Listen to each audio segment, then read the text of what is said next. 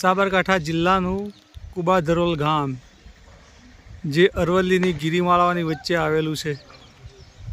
ગામની બધી બાજુ ડુંગર અને વચ્ચે ગામ વિકસેલું છે।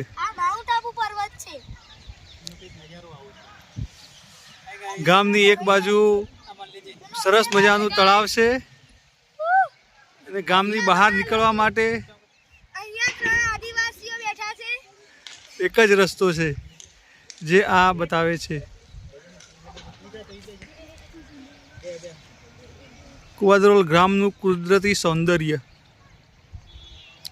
આ જંગલ વિસ્તાર,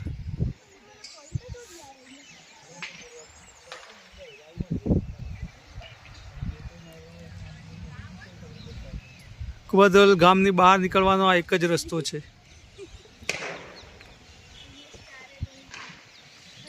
સામે અંબે માતાનું મંદિર, પહેલા તળાવ અને પછી ધરોઈ ડેમ દેખાય છે।